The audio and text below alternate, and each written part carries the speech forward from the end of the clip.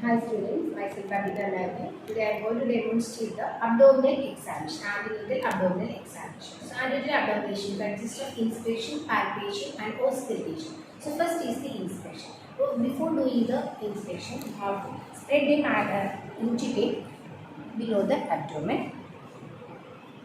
We need the articles, fetoscope, 2-inch tape. 1-inch tape we already spread under the abdomen. One fetoscope, pen and the paper for writing the findings. So first is the inspection. So we have to expose the abdomen and then the symphysis pubis. So inspection, we have to see the size. Size appropriate to gestational weight.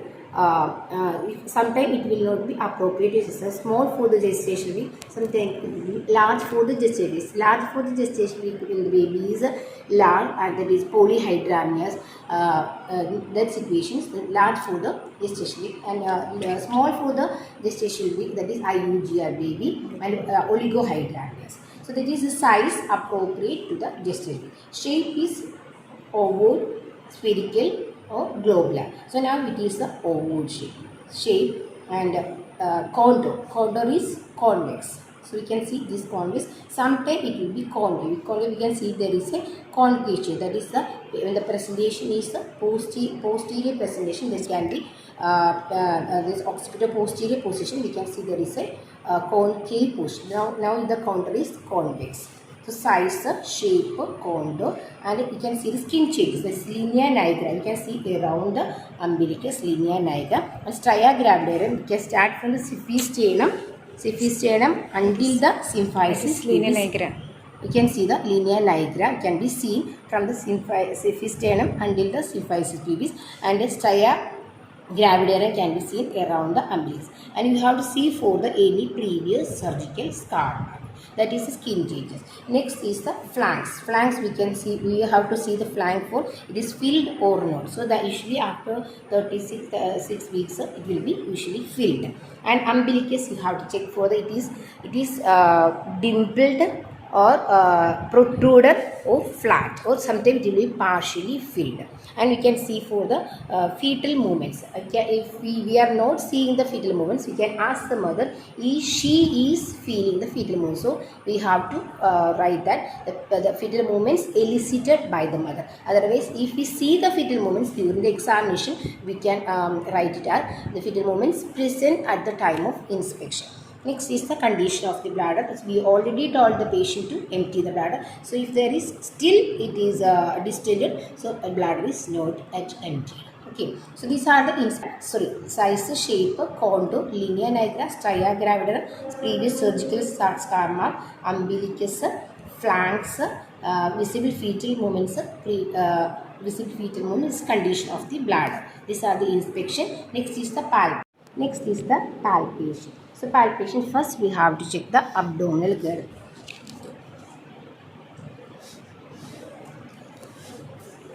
Abdominal girth, we can see this is the 83 centimeter abdominal girth. Next is the fundal height. You can check the fundal height. This inch tape we can keep between the middle finger. Then we can start from fundal to the symphysis pubis.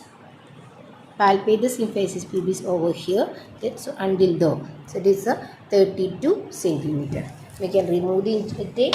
Then we have to check the weeks. For the weeks until the umbilicus is 24 weeks of gestation. So from the umbilicus, each finger consists of 1 week. So we have to keep the 4 fingers above the umbilicus. That is 28 weeks.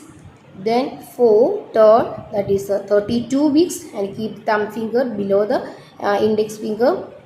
Then keep the 33, 34 and 35. That is the weeks of gestation.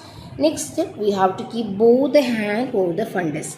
So that is for the fundal palpation, and we have to palpate. So we can see the soft, broad, round mass indicate of the fetal buttocks. If it is head, that is hard round mass suggestive of fetal head. So now here is we can palpate soft, broad, round mass suggestive of fetal buttocks. Until here we have to move. Then support the right side of the abdomen. Then palpate from there to lower portion. So we have to palpate. Now I can feel like knob-like structure and between empty space. So that is suggestive of fetal limbs. Until the fetal head we have to palpate. So it is the fetal limbs.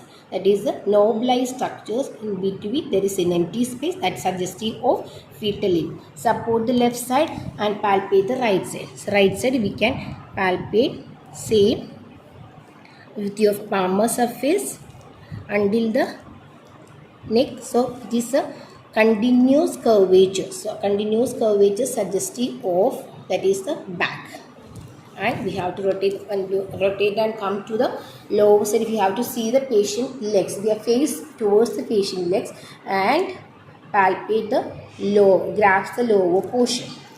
So here I can feel that is a round, hard round mass can feel. So there is suggestive of fetal head, and when that is there are two grip are pelvic grip and Powlik grip. So now I am checking the pelvic grip. That is a fourth leopard maneuver. That is when we are trying to join our fingers together. I cannot join. So that is diverging. Diverging indicates head is descended or engaged. If it is converging, that indicates head is not descended or engaged. So now it is diverging, so not converging. Next is the Powlik grips. While doing the Powlik grip, tell the patient to flex the legs and to palpate the, hold the, grasp the lower portion above the symphysis pubis and try to move. It is not movable. That means her head is engaged. If it is movable, not engaged. So this here, and combined grip, again you have to just see. It is a fundal. Fundus is the bridge, and in the symphysis, above the symphysis lower portion, it is the head. That is a combined grip. And next we have to keep the patient normal position and again to check the FHS. For checking the FHS, take the watch and keep the thigh of the patient and check the fetoscope. Just warm up the fetoscope. So I felt the back in the right side of the patient. So we can just assume that between the umbilicus and superior iliac spine, in between there we can feel the FHS. So we have to keep this round side on the back of the baby, just above the neck, and we have to face to the lower limbs of the patient and close the ear portion. Then check the FHS. Count for 1 minute. And this procedure also, if the patient back is we felt in the left side, same procedure we have to do in the left side, and same we have to close the ear and see to the patient limbs and count the FHS. This is the counting of FHS, and you can also count the FHS with the stethoscope also you can use, but a stethoscope you have to use the bell side to hear the FHS. So that's all about the abdominal examination. Abdominal consists of inspection, palpation and auscultation. You can see the findings of this examination.